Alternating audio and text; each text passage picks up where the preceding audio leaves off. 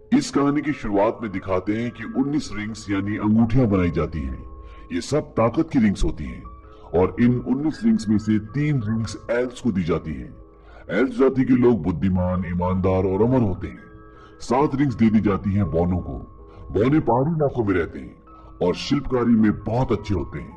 और 9 रिंग्स दे दी जाती हैं मानव जाति को, जिन्हें ताकत की चाहत सबसे ज्यादा होती है। ये रिंग्स बहुत शक्तिशाली होती हैं और जिस भी जाति के लोगों के पास उनकी रिंग्स होंगी वो अपनी जाति पर हुकूमत करेंगे। लेकिन धोखे से एक और रिंग बनाई गई और ये रिंग बनाई गई डार्क लॉर्ड सौरोन यानी अंधेरों के स्वामी सौरोन के द्वारा।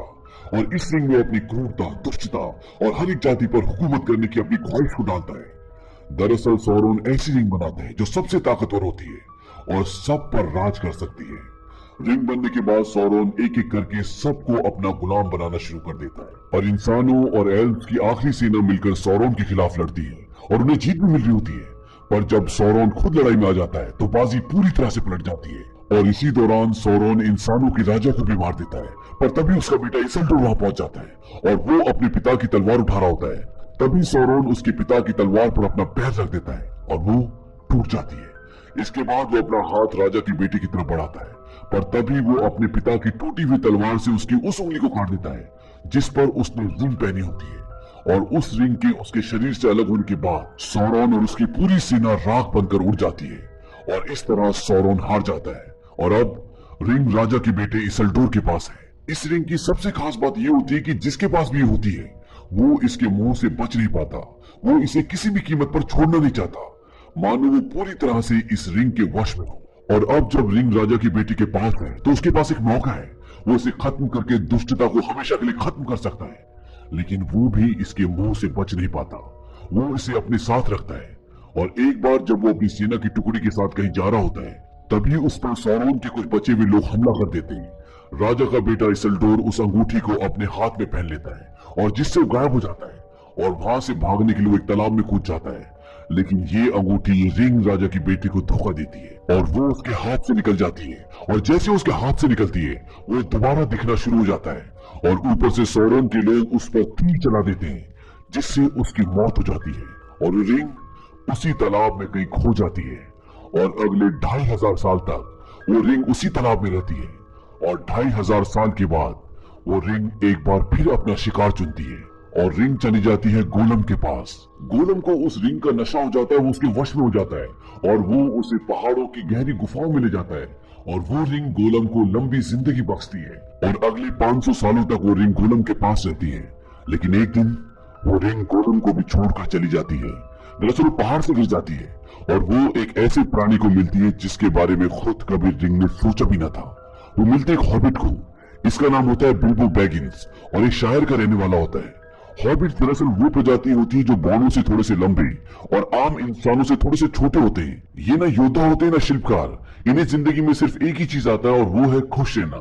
ये खाते पीते, नाचते गाते, मस्ती करते हैं और इनका शहर शायर बहुत ही खुशहाल शहर होता है। और अब बिल्बो बैगिंस उस अंगूठी को अपने साथ अपने शहर शायर ले आता है। बिल्बो बैगिंस का एक दोस्त भी होता है जिसका नाम होता है गेंडाल्फ। गेंडाल्फ एक बहुत बड़ा जादूगर है, बहुत शक्तिशाली है, लेकिन वो अपने जादू का, अपनी शक्ति का इस्तेमाल कभी भी गलत कामों के लिए नहीं करता। वो हमेशा अपनी शक्ति का इस्तेमाल इंसानियत के लिए करता है। और आज कई सालों बाद वो अपने दोस्त से मिलने उसके शहर शायर आया है क्योंकि आज बिल्बो बैगिंस का जन्मदिन होता है और बिल्बो बैगिंस के पास इस अंगूठी को आज कई साल हो चुके हैं। बिल्बो बैगिंस की उम्र 111 साल हो चुकी है, लेकिन वो इतना बूढ़ा लगता नहीं है और ये ताकत उसे अंगूठी देती है और वो किसी भी हालत में अंगूठी से अलग नहीं होना चाहता। लेकिन अब बिल्बो बैगिंस शहर को छोड़कर जाना चाहता है। दरअसल वो किताब लिख रहा होता है और वो उस किताब को पूरा करने के लिए इस शहर को छोड़कर जाना चाहता है। लेकिन गेंडाल्फ को पता चल जाता है कि उसके पास एक रिंग है जो कि बहुत ही खतरनाक और बहुत ही शक्तिशाली है। वो बिल्बो बैगिंस को बोलता है कि वो उस अंगूठी को छोड़ दे, उस रिंग को छोड़ दे, लेकिन बिल्बो बैगिंस उसे नहीं छोड़ना चाहता। लेकिन बहुत समझाने के बाद वो उस रिंग को वहीं छोड़कर अपने सफर पर निकल जाता है। अब जब फ्रोडो घर आता है, फ्रोडो दरअसल बिल्बो का एक रिश्तेदार होता है जिसके माँ बाप के मरने के बाद बिल्बो ने उसे पाला होता है और इसीलिए बिल्बो के बाद उसकी हर चीज का वारिस फ्रोडो है। फ्रोडो गेंडाल्फ से पूछता है कि बिल्बो कहाँ है। गेंडाल्फ बोलते कि वो चला गया हमेशा के लिए एल्व्स के पास, अब वो वहीं रहेगा और अपनी किताब पूरी करेगा। फ्रोडो वहां पड़ी रिंग को उठाता है और गेंडाल्फ से बताता है कि ये सौरोन की रिंग है। जो बहुत ताकतवर है, और तुम्हें इसकी हिफाजत करनी होगी क्योंकि सौरोन इसे हासिल करना चाहता है। फ्रोडो बोलता है कि सौरोन तो मर चुका है। दरअसल इन्होंने सौरोन के बारे में किस्से कहानियों में सुना होता है। गैंडाल्फ बोलते हैं सौरोन मर चुका था लेकिन उसकी आत्मा जिंदा रही, उसकी जान इस रिंग में कैद है और अब सौरोन लौट चुका है, उसकी शक्तियां बढ़ रही हैं और उसे पूरी दुनिया को अपने कब्जे में करने के लिए बस इस रिंग की जरूरत है और वो इसे ढूंढ रहा है। और ये रिंग खुद भी सौरोन के पास जाना चाहती है क्योंकि ये दोनों एक ही है। फ्रोडो बोलता है कि हम इस रिंग को कहीं छुपा देते हैं क्योंकि किसी को नहीं पता कि रिंग यहाँ है। गैंडाल्फ बोलता है कि काश ये सच होता। दरअसल गोलुम को पता था कि रिंग बिल्बो के पास है और वो दुश्मन के हाथ लग गया, और अब सौरोन जानता है कि रिंग इस शहर में है और वो बैगिंग्स खानदान के पास है और तुम्हें इस रिंग को लेकर यहाँ से जाना होगा। फ्रोडो उस रिंग को गैंडाल्फ को देना चाहता है पर गैंडाल्फ मना कर देते हैं क्योंकि गैंडाल्फ जानते हैं कि इस रिंग के मुंह से बचना नामुमकिन है और रिंग अगर गैंडाल्फ के पास गई तो उनकी शक्तियां कई गुना बढ़ जाएंगी, और क्योंकि ये एक अंधेरे की रिंग है तो इसका परिणाम बहुत गलत हो सकता है। गैंडाल्फ फ्रोडो को बोलते कि तुम अभी के अभी इस शहर से चले जाओ और मैं भी अपने कुनबे के सरदार से मिलने जा रहा हूँ। वो अक्लमंद है और ताकतवर भी, उन्हें जरूर पता होगा कि क्या करना है।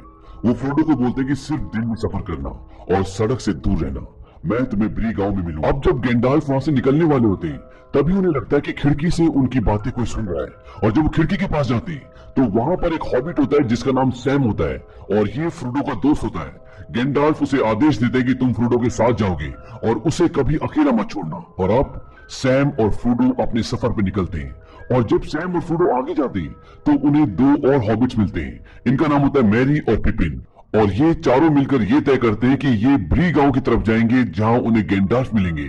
और जब ये रास्ते में होते हैं तभी एक साया घोड़े पर बैठकर आता है। ये चारों के चारों पेड़ के पीछे छुप जाते हैं और उस साये को एहसास हो जाता है कि रिंग आसपास ही है। फ्रोडो उस रिंग को ना चाहकर भी पहनने वाला होता है, और ऐसा इसलिए होता है क्योंकि रिंग अपने मालिक के पास जाना चाहती है, और एक बार फ्रोडो ने अगर रिंग पहन ली तो सौरोन के सैनिक को पता चल जाएगा कि रिंग आसपास ही है और वो इस रिंग को फ्रोडो से छीन लेगा। लेकिन तभी सैम उसे रोक देता है और ये चारों के चारों वहां से भागना शुरू करते हैं, और वो काला साया जो सौरोन का सैनिक है वो इनका पीछा करना शुरू करता है। वहीं से थोड़ा दूर नदी में एक नाव होती है, ये चारों हॉबिट्स जल्दी से उस नाव में बैठते हैं और वहां से आगे निकल जाते हैं, और वो काला साया इन्हें देखता रह जाता है, वो इन्हें नहीं पकड़ पाता और ये उस जगह पहुंच जाते हैं जहां गैंडाल्फ ने इन्हें मिलने के लिए बुला होता है। वहीं दूसरी तरफ ये दिखाते हैं कि जब गैंडाल्फ अपने कुनबे के सरदार से मिलता है और उसे सारी बातें बताता है तो उनका सरदार बोलता है कि हमें सौरोन के साथ मिल जाना चाहिए। दरअसल वो ऑलरेडी सौरोन के साथ मिल चुका होता है। वो गैंडाल्फ को बोलता है कि हम सौरोन से नहीं जीत सकते, हमें उसका साथ देना होगा, लेकिन गैंडाल्फ उसका साथ देने से मना कर देता है और वो गैंडाल्फ को बंदी बना लेता है। इसीलिए गैंडाल्फ अब इस जगह नहीं पहुंचता, और ये चारों हॉबिट जब उसका इंतजार कर रहे होते हैं तो वहां पर एक और आदमी होता है जिसका नाम होता है स्ट्राइडर, और वो जंगल में रहने वाला होता है, उससे कोई बात नहीं करता, और वो इन चारों हॉबिट्स को बहुत ध्यान से देख रहा होता है। गैंडाल्फ ने फ्रोडो को मना किया होता है कि किसी को मत बताना कि तुम्हारा नाम फ्रोडो बैगिंस है, क्योंकि सौरोन के आदमी को पता है कि बैगिंस के पास ये अंगूठी है, इसीलिए वो किसी को अपना असली नाम नहीं बताता। लेकिन इन चारों हॉबिट्स में से एक जो पिपिन होता है वो वहीं उस बार में रेस्टोरेंट में जहां पर खाना खा रहे होते हैं किसी को बता रहा होता है कि हमारे साथ एक बैगिंस है। तभी फ्रोडो भागता हुआ उसकी तरफ जाता है ताकि उसे रोक सके, और उसका पैर फिसल जाता है, वो गिर जाता है और उसके हाथ में अंगूठी उछलकर ऊपर हवा में उड़ जाती है, और जब उसे पकड़ने की कोशिश करता है तो अंगूठी उसकी उंगली में चली जाती है, और जैसी अंगूठी उसकी उंगली में जाती है वो गायब हो जाता है। तो सौरोन के आदमियों को पता चल जाता है कि अंगूठी कहाँ है, और वो सारे इसी ओर बढ़ते हैं जहां पर ये चारों के चारों हॉबिट्स हैं। इसके साथ साथ फ्रोडो को सौरोन की आंख भी दिखती है जो चारों तरफ आग की लपटों से घिरी होती है, और वो बोलता है कि मुझे पता है कि तुम कहाँ हो और यहाँ सिर्फ मौत है। इसके बाद फ्रोडो उस अंगूठी को अपनी उंगली से निकाल देता है और वो वापस विजिबल हो जाता है। तभी वहां पर जो आदमी होता है जिसका नाम स्ट्राइडर है वो उसे पकड़कर एक कमरे में ले जाता है और वो उसे बोलता है कि तुम अपना ध्यान दूसरों की तरफ कुछ ज्यादा आकर्षित करते हो, तुम ऐसा नहीं कर सकते क्योंकि जो तुम्हारे पास है वो बहुत खास है और मुझे पता है कि तुम्हारे पीछे कौन है। और वो रात को उन्हें उनके कमरे में ना सोने देकर अपने कमरे में सुलाता है।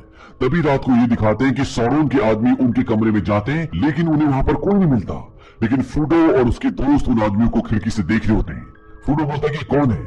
वो आदमी जिसका नाम स्ट्राइडर है वो बोलता है कि ये सौरोन के आदमी है, और वो फ्रोडो और उसके दोस्तों को बोलता है कि हम गैंडाल्फ का इंतजार और ज्यादा नहीं कर सकते, हमें यहाँ से निकलना होगा। और सुबह ये पांचों के पांचों जंगल की तरफ निकल जाते हैं।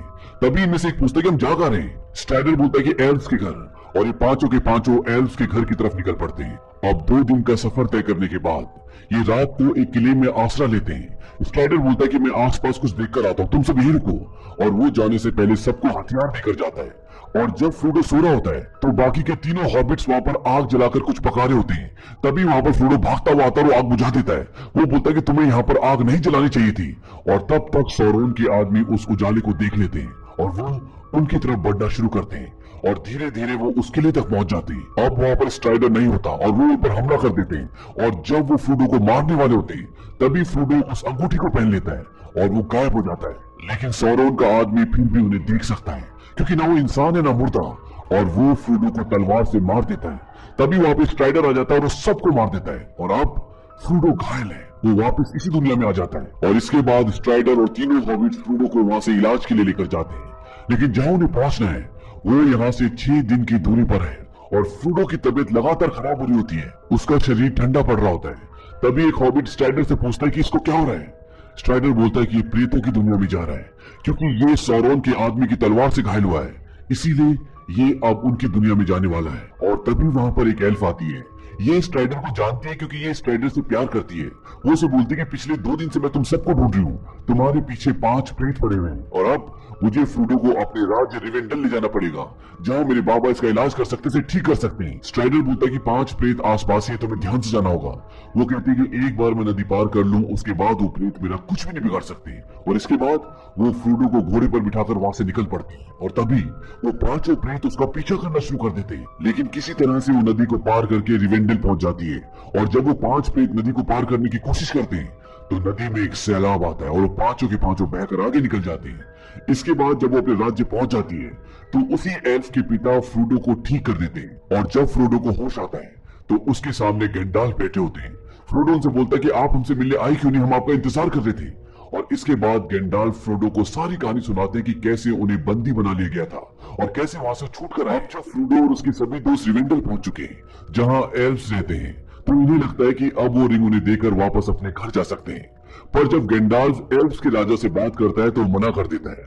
वो बोलता है कि हम ये जगह छोड़कर जा रहे हैं क्योंकि ये सुरक्षित नहीं है। गैंडाल्फ बोलता है कि हमें इंसानों की मदद लेनी चाहिए। एल्फ्स का राजा बोलता है कि इंसान कमजोर है और आज जो भी मुसीबत आई है इसका कारण इंसान ही है। वो गैंडाल्फ को बताते हैं कि 3000 साल पहले मैं वही था जब सौरोन की उंगली काटकर ये रिंग इसिल्डोर के हाथ आई थी। मैं उसे माउंट डूम की तहों में ले गया जहां पर ये रिंग बनाई गई थी क्योंकि इसे वहीं नष्ट किया जा सकता है। मैंने उसे कहा कि इस रिंग को इस दहकते हुए लावे में फेंक दो ताकि इसे हमेशा के लिए खत्म कर दिया जाए। पर उसने मेरी बात नहीं मानी और उसके बाद राजाओं का वक्त खत्म हो गया और अब इंसान कमजोर हो चुके हैं। इसके बाद ये एक मीटिंग बुलाते हैं जहां पर अलग अलग जगह से ताकतवर लोग आते हैं और यहाँ पर यह भी पता चलता है कि स्ट्राइडर का असली नाम एरागॉन है और ये इंसानों की राजगद्दी का हकदार होता है। हालांकि उसे वो सब नहीं चाहिए और ये इसिल्डोर का वंशज भी है जिसने सौरोन की उंगली काटी थी और रिंग हासिल की थी। अब यहाँ जब सब आपस में इस बात के लिए लड़ रहे होते हैं कि इस रिंग को माउंट डूम की तहों तक कौन ले जाएगा क्योंकि इसे वहीं नष्ट किया जा सकता है और वहाँ खतरा बहुत ज्यादा होता है और इसके अलावा इन्हें एक दूसरे पर भरोसा भी नहीं होता।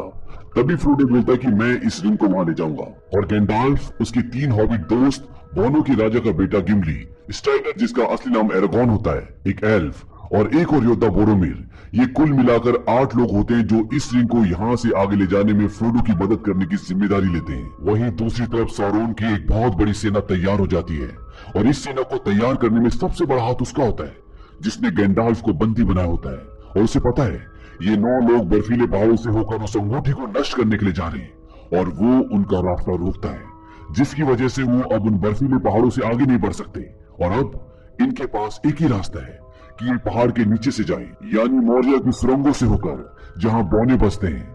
लेकिन गैंडाल्फ वहां से नहीं जाना चाहते क्योंकि वहां बौनों के साथ साथ और भी बहुत सारी चीजें हैं जो बहुत खतरनाक है और वहां से जाना बहुत खतरनाक होगा। इसीलिए गैंडाल्फ बोलते हैं कि ये फैसला रिंग धारक करेगा और फ्रोडो ये फैसला करता है कि हम सुरंगों से होकर जाएंगे क्योंकि उनके पास और कोई रास्ता नहीं होता। और अब वो सुरंगों के अंदर पहुंच जाते हैं और जब वो अंदर पहुंचते हैं तो चारों तरफ अंधेरा होता है। लेकिन गैंडाल्फ अपनी छड़ी की लाइट जलाकर सबको रास्ता दिखाते हैं और जब वो सुरंगों में और अंदर जाते हैं तो गैंडाल्फ रास्ता भूल जाते हैं। तभी फ्रोडो को एक अजीब सा जीव दिखता है और गैंडाल्फ के पास जाता है। वो कहता है कि हमारा कोई पीछा कर रहा है। गैंडाल्फ बोलते हैं कि गोलम है, पिछले 3 दिनों से हमारे पीछे लगा हुआ है। गोलम वो होता है जिसको सबसे पहले पानी में रिंग मिली होती है और जिसके पास 2500 साल तक ये रिंग थी और जिसे सौरोन ने गिरफ्त में लेकर ये पता लगाया होता है कि रिंग बैगिंस के पास है और अब ये इनके पीछे है। फ्रोडो बोलता है कि वहां से छूट कैसे गया। गैंडाल्फ बोलते हैं छूट गया या जानबूझकर छोड़ दिया।